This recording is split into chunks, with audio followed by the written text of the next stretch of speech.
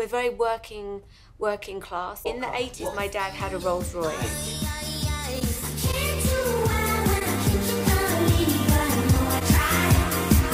Your parents are upper middle class. No, they're not. Jordan, they are. From Victoria Beckham's alleged working class background, which involves somehow a Rolls Royce, to uni students and young professionals in Fitzroy, Melbourne. Remember the garage party? Yeah, that's the one. Wearing clothes that suggest they're working class when really often they come from middle to upper middle class families.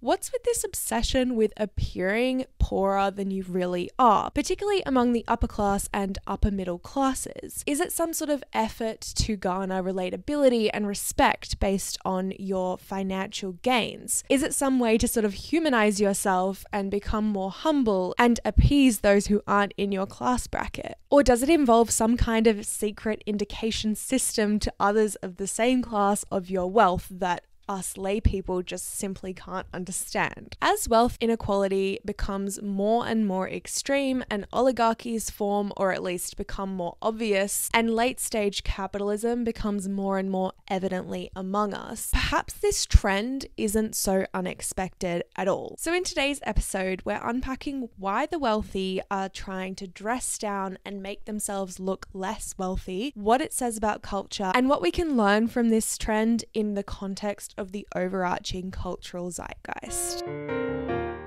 From the Diving Board is a show hosted by me, Charlie Chats, dedicated to decoding digital culture by unpacking the hidden politics behind the screen.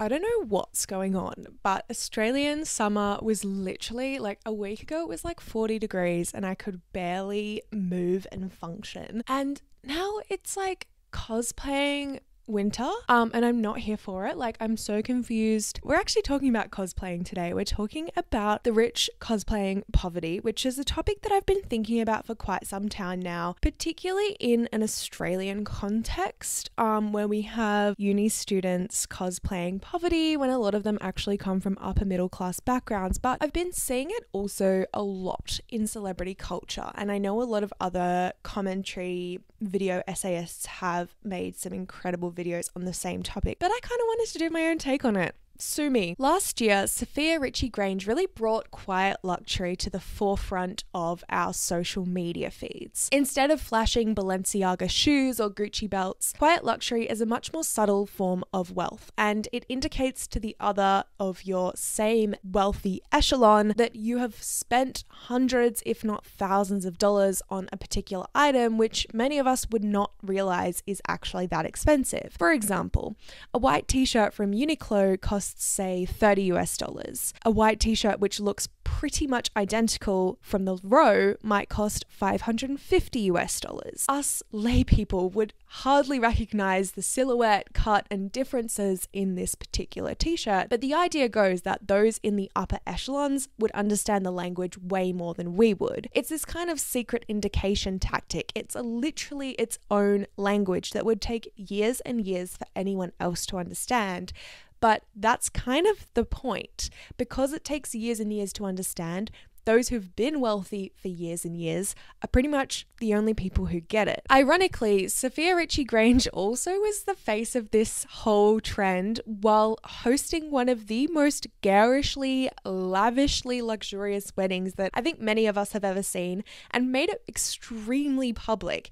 The quiet being like extremely loud here. So I'm not really sure how she maintained this face of quiet luxury. However, this particular stealth lux or quiet luxury is actually known as conspicuous consumption and was coined by Veblen in 1899 as a term which kind of describes the idea that those who are new to money are more likely to flash their wealth with things like Balenciaga shoes and Gucci belts. Obviously, he wasn't talking about this in 1899. I'm pretty sure neither of those items existed. This a big watch, diamonds dripping off of the clock. Whereas those who already had money, like coming from old money, are less likely to flash it in such a way. I mean, obviously, as Veblen indicated, this is kind of how billionaires and millionaires have been dressing for quite some time now. But I do think this is particularly interesting in an economic context where there is insane wealth inequality right now, and perhaps the wealthy are being hated a little bit more than they have been in the past. If we go back to another period where the wealthy were hated quite a lot, I think we can land on the French Revolution. And of course, I'm going to talk very briefly about our Queen Marie Antoinette. Let them eat cake. Here, take the bomb. Essentially, during the French Revolution, Marie Antoinette decided not just herself, but also other elites in her sort of echelon. I'm saying that a lot. It's just such a fun word. It rolls off the tongue. A lot of other elites at the time in France decided to dress down a little bit and to wear peasant clothes or silhouettes that mimicked the peasants' outfits. Now, of course, they were using much more expensive fabrics, and so it kind of ended up coming off as a bit of a mockery of the poor. I'm not really sure what she was trying to achieve here, because it's quite funny that maybe she was trying to show some sort of empathy, but it's like, yeah, dressing down doesn't really do that. Essentially, Marie Antoinette not only changed what she was wearing, she changed her hairstyle as well, and even went to cosplay milkmaids at her second residence. What this was done to achieve, I'm not completely certain, but anyway, she lost her head, so it's all fine. But it's not just Marie Antoinette. In fact, Chanel's little black dress has a bit of a strange history to it too. During the period just before Coco Chanel popularized the little black dress, little black dresses were actually considered a working class uniform for women who worked in dress shops, which were often marketed to the upper class and the upper middle class. Essentially, it was a uniform imposed on them so that you could very clearly distinguish who was the worker and who was not. And yet, when Coco Chanel repackaged this idea of the little black dress as something to then sell to those same women who were attending those very expensive dress shops, it gained a completely different meaning. It was kind of a way for women to appear stylish while humble. But the thing is, this idea of dressing down doesn't just stop at simpler silhouettes and less overt wealth and garish luxury. Oh no, brands have gone above and beyond and made the cringe endeavor to quite literally repackage the aesthetic of poverty and turn that into something that the wealthy would like to wear and cosplay. Distressed shoes, bags, jeans, items that are objectively broken but being sold for upwards of $1,000 because it has some kind of effortless chic aspect to it, are being sold by designer brands and marketed on the runway as something that the wealthy can opt in for and enjoy as an aesthetic, and then toss to one side when they need to look put together again and opt for their quiet luxury items in their wardrobe. There's some very subtle distinction about when Balenciaga manages to sell these insanely disgusting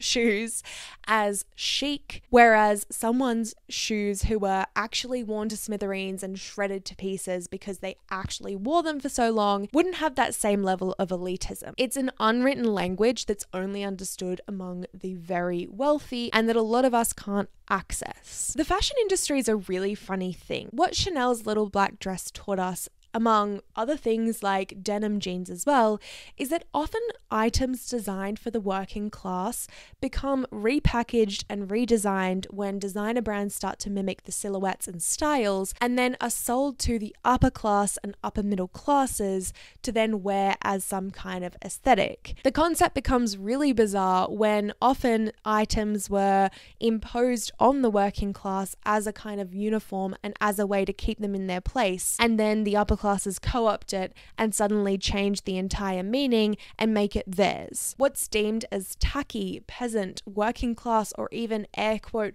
homeless is repackaged by designers like Christian Dior, Maison Margiela, and even Vivienne Westwood when it's on the runway, and somehow it's considered cool. In fact, the name for this style of deconstructed, distressed designer wear is quite literally homeless chic. It's an extremely problematic term in so many different ways. It sits weirdly with many, not only because the price tag of upwards of $1,000 on items that are obviously broken and distressed is hard to fathom, but also the way that it makes a mockery of unhoused people and the situation and experience of being poor or working class. It creates this idea that there's only one way of appearing working class, and it's in this aesthetic way, which then creates and furthers misconceptions and misunderstandings about the working class, and it gives the illusion that being working class has some kind of romanticized artistic aesthetic to it. It's really giving when Tyra Banks spent a day as an unhoused person, and I'm pretty sure she only lasted a few hours. And once the very rich and powerful have tried on this aesthetic and enjoyed it on their runways, fashion, as it always does, trickles down the food chain and lands itself in the upper middle classes and middle classes, and of course down the ladder. Obviously, I'm talking about this class situation in a very hierarchical manner, and obviously there's a lot of distinction and fluidity here. Your parents are upper middle class. No, they're not. Jordan, they are. They teach at a university. Here's where I want to revisit those private school kids who are attempting to dress in a way that doesn't necessarily reflect the traditional way that private school kids would dress, how they're living in Melbourne, what they're doing in Melbourne, and what the heck is going on in Fitzroy right now.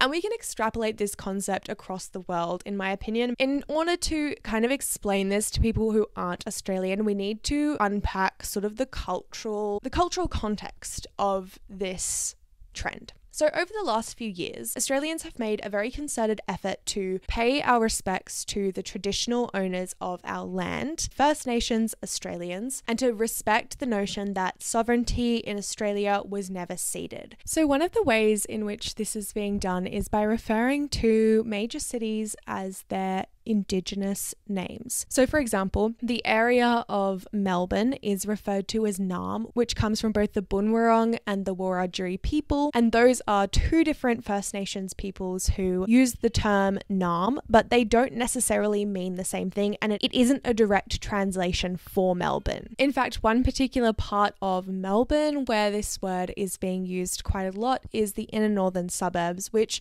traditionally was quite a left-leaning space.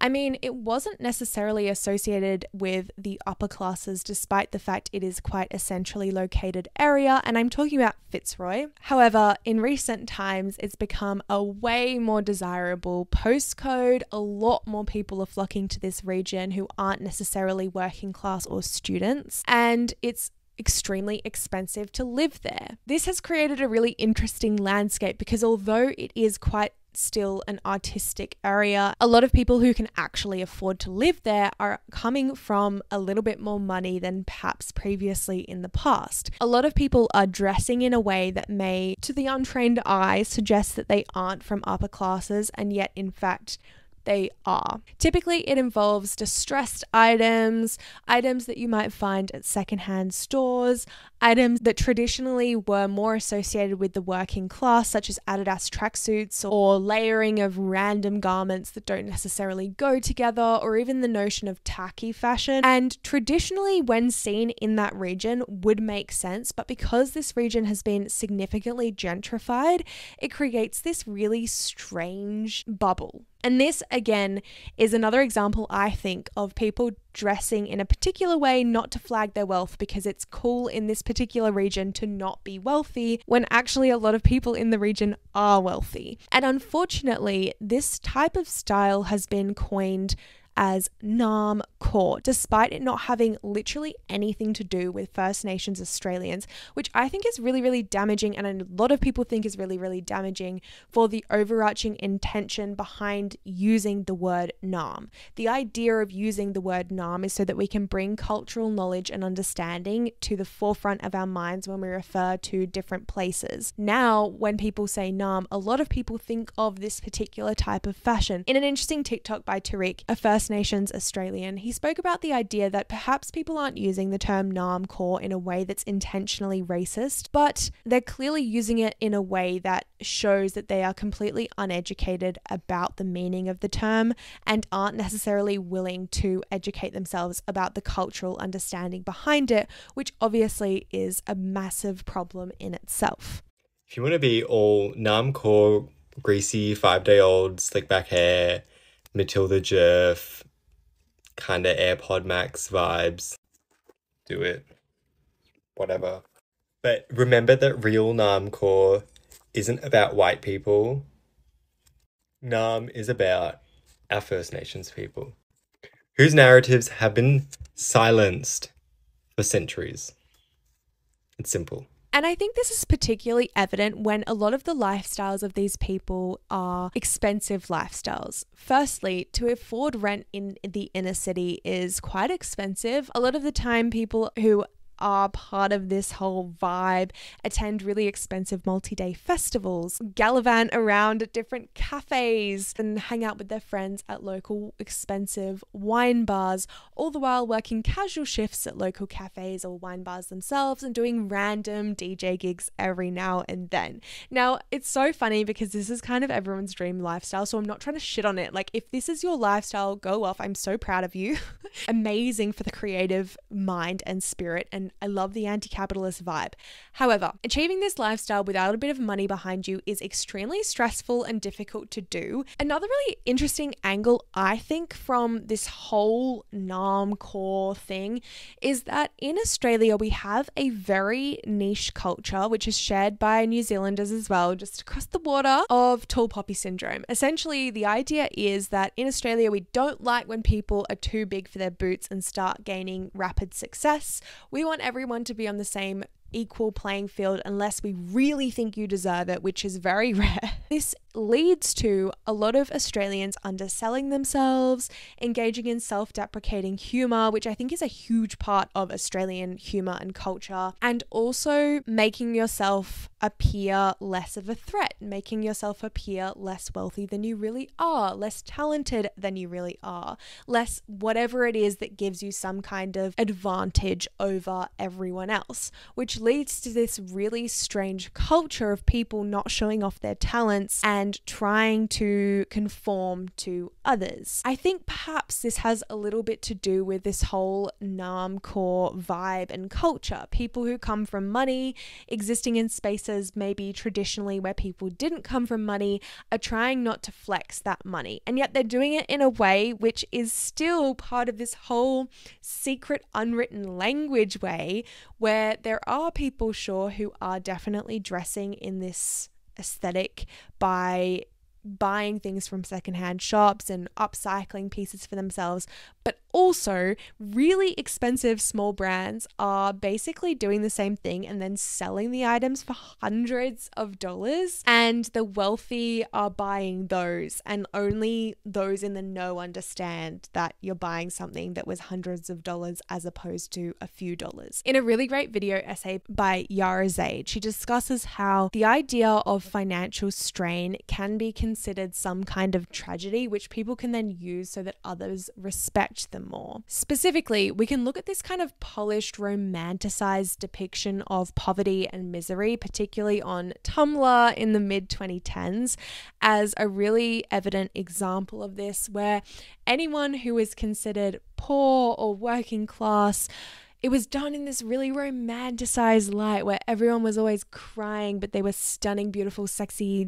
skinny models in a way that was just so completely unrealistic and done in this artistic way. What is so bizarre about this that Yara Zaid in her video speaks on is that it gives off this idea that the working class never have fun, that they're never happy, that they're always miserable, and they always have this particular damsel in distress aspect to them. Again, completely misconstrues what poverty really looks like, but it speaks really interestingly to this idea that poverty does gain some kind of widespread respect. I think this is because it feeds to our idea that anyone can make it, that when the going gets tough, if you work hard, you can make it. And it feeds to the American dream that if people who started off worse off than us or with the same resources as us have made it under capitalism, then perhaps this system is good. Perhaps we can trust that the system may work for us if we just do X, Y, and Z, and if we follow in their footsteps. Because of this, when people really do make it, we love them. And I think a really, really interesting example is Chappell Roan. Chappell Roan obviously has earned her stripes. She's an incredible singer. She's an incredible artist, has an amazing creativity about her, has an amazing stage presence.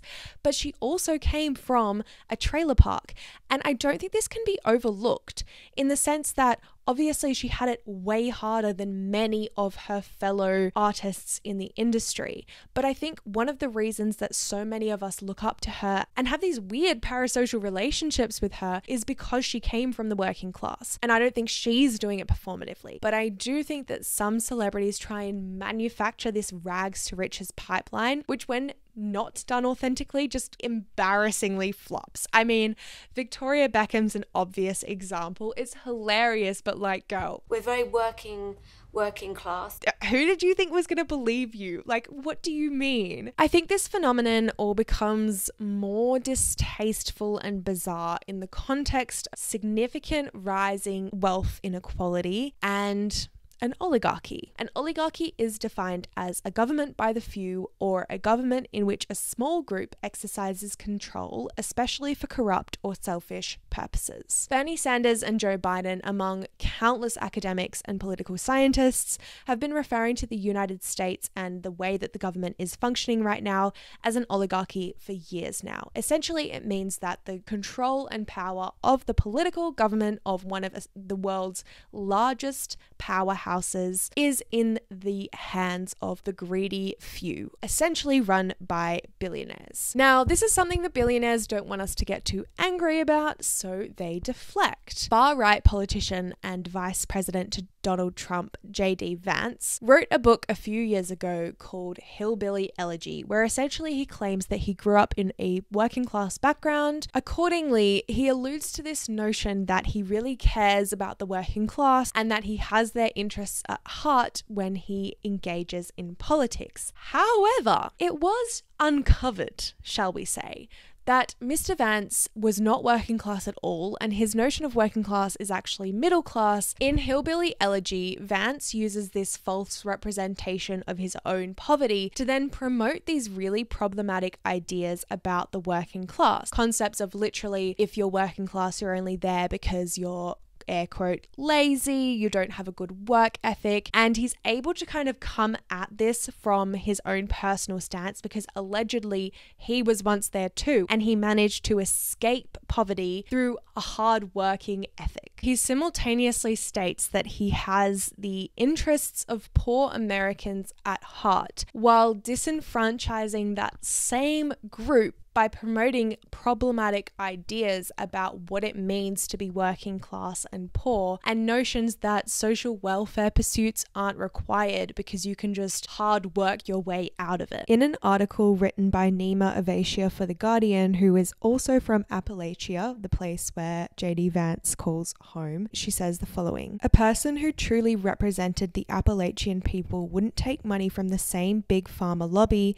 that left West Virginia with the highest opioid overdose rate in the country. They wouldn't deny climate change in the face of catastrophic flooding that eastern Kentucky still hasn't recovered from 2 years out. They wouldn't stoke fear of immigrants who provide essential labor in Appalachia in healthcare, agriculture, and service industries. They wouldn't sow division through culture wars in a region where solidarity is desperately needed." Cosplaying poverty is hence sometimes a way to gain relatability and likability, but it can also be used as a really dangerous manipulation tactic to advance your own personal wealth needs. In a recent study by Tom Kemeny, essentially he found that wealth inequality across the United States is higher than it ever has been over the last 60 years. Regions which have greater wealth often have greater access to education, greater funding when it comes to education, healthcare, opportunities, infrastructure, all of these things that would then help wealth to remain in those particular places, and on the flip side, keep wealth out of other places. We've seen how overtly this is playing into politics as well, particularly under an oligarchy, and how someone with a huge amount of wealth, influence, and power can quite literally shift the political landscape in a matter of days, if not hours. United States politics is not only a mass with huge numbers when it comes to wealth, but also a really concerning rise of the far right and fascism. All the while, these same billionaires are benefiting from and enabling genocide and mass destruction in other parts of the world. So where there's so much injustice, blaming the wealthy does seem like an obvious group to pick, and in many ways it is the obvious group to pick. In fact, distaste for the top 1% has literally resulted in a genre of horror movie called Eat the Rich, which essentially suggests that the top 1% are just as scary, if not more so, than ghouls, ghosts, and monsters. Yet, in pursuit of a more equal playing field, complete utter hatred for the wealthy or those who appear to be in that top 1% without critical thinking or nuance can actually lead to more harmful consequences than not. And when I say this, I'm not trying to be a wealth sympathizer here, but I think that approaching this topic without nuance can be really concerning and has led to some really bizarre circumstances in this space. Let me unpack. In a recent video essay by Madison Brown, she speaks about the decreasing level of empathy online right now. One of the examples that she gives is Selena Gomez, who decided to speak about the deportation of many Americans as a result of Trump's executive order, and the response online, which instead of being celebratory that a celebrity is speaking up about a really concerning social issue, the overarching message and sentiment among the left was to tear Selena Gomez down because she decided to speak up on only this social issue as opposed to others. Now, this resulted in Selena Gomez deleting the post, and it resulted in, I guess, less exposure for the message that she was ultimately trying to speak on. If we step back, sure, it's a valid criticism to ask why someone is speaking up on something and staying silent on something else. Sure, it's not the best form of activism,